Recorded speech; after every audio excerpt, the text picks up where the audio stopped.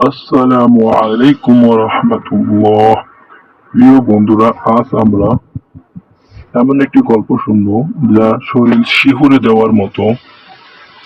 তো যারা আমাদের চ্যানেলে নতুন তারা অবশ্যই চ্যানেলটি সাবস্ক্রাইব করবেন আর অবশ্যই বলে যাবেন গল্পটি কেমন লেগেছে। তো চলুন শুরু করা যাক আজকের গল্প, ভূতুরে বাড়ি।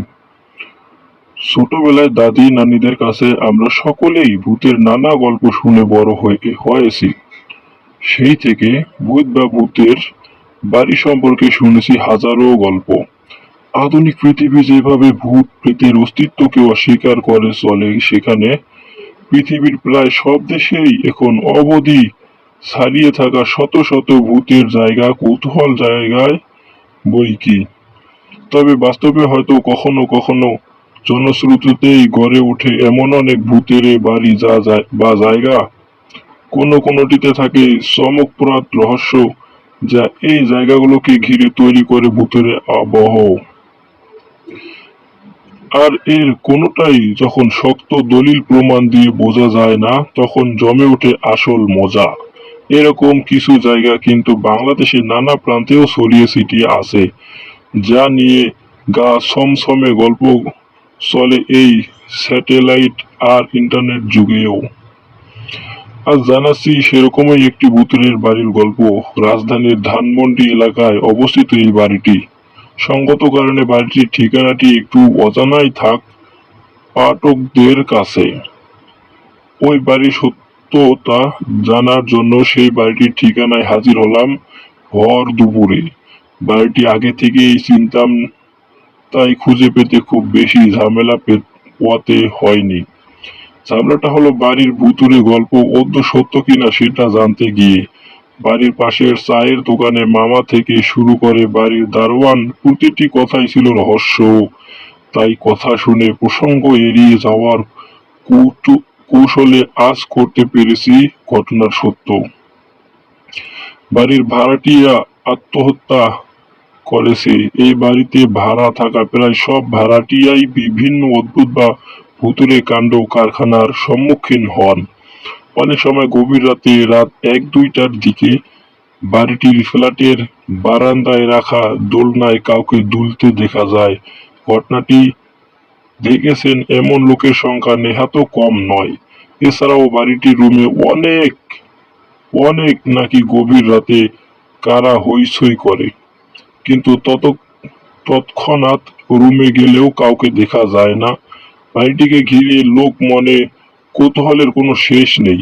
শোনা যায় উক্ত বাড়িতে ভাড়া থাকতো যে ভাড়াটিয়া, তার ছোট মেয়ে প্রায় 11 বছর আগে গলায় ফাঁস দিয়ে নিজ ঘরে মারা যায়। মেয়েটি মানসিকভাবে অসুস্থ ছিল। এই আত্মহত্যার পর থেকেই এমন অদ্ভুত কার্যকলাপ শুরু হয়। অমাবস্যার কালো কুকুর। প্রতি অমাবস্যায় রাত 12টা থেকে 3টা পর্যন্ত একদল কুকুর দল বেঁধে বাসার সামনে রাস্তায় চক্কর দেয়। অনেকে সেই কুকুরের দলকে দেখতে পেয়েছেন। এটা আর নতুন কি, কিন্তু আশ্চর্যের ব্যাপার হলো তারা শুধুমাত্র অমাবস্যার রাতে উপস্থিত হয় এবং সারা মাসে তাদের আর দেখা যায় না। কয়েক যুবক মিলে একবার রাত করে তাদের দেখার জন্য প্রস্তুতি নেয়। তাদের মাঝে 2জন কুকুরের কামড়ে মারাত্মকভাবে আহত হয়। যুবকদের প্রায় সকলে একটি রেডিও স্টেশনে স্বীকারোক্তি দেয় যে সেই সব কুকুরগুলো কালচে বর্ণের ছিল, কারণ অন্ধকারে তাদের স্পষ্ট দেখা যাচ্ছিল না। তারা একটি ছন্দ মিলে এক লাইনে হাঁটছিল এবং তাদের প্রত্যেকের চোখে থেকেই এক প্রকার নীল আভাস বের হচ্ছিল। ঘরময় হাটে হলুদ কাপড়ের কেউ মাঝ রাতে কোথাও এক রুমের সামনে দিয়ে নাকি রাত 12টার পর একজন বউকে হেঁটে যেতে দেখা যেত, যার পরনে থাকে লাল পাড় দেওয়া একটি হলুদ শাড়ি।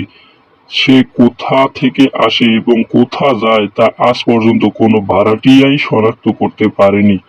অনেক ভাড়াটিয়াই নাকি বউটিকে দেখেছে। মেঝেতে জমে রক্তলাল পানি। বেশ অবাক হয়েছিল শুনে যে ওই ফ্ল্যাটের ফ্লোরে পানি জমতো। তাও শুধু পানি হলে এক কথা ছিল, যে পানি জমতো সেগুলো ছিল রক্ত রঙের পানি। ফ্ল্যাটের মালিক পক্ষ অনেকবার মেঝে ঠিকঠাক করে দিলেও বন্ধ হতো না সেই পানি জমা। শুধু মেঝেতে পানি জমা সমস্যাই নয়, ছিল বিদ্যুৎ বিভ্রাটের সমস্যাও। এতক্ষণ যে বাড়ি নিয়ে এত গল্প হলো, সেই বাড়ির প্রতিটি ফ্ল্যাটে কিন্তু এমন ঘটনা ঘটে না। ঘটেছে শুধুমাত্র একটি ফ্ল্যাটকে ঘিরে। সেই ফ্ল্যাটে এখন আর কোনো ভাড়াটিয়া থাকে না। মালিক পক্ষ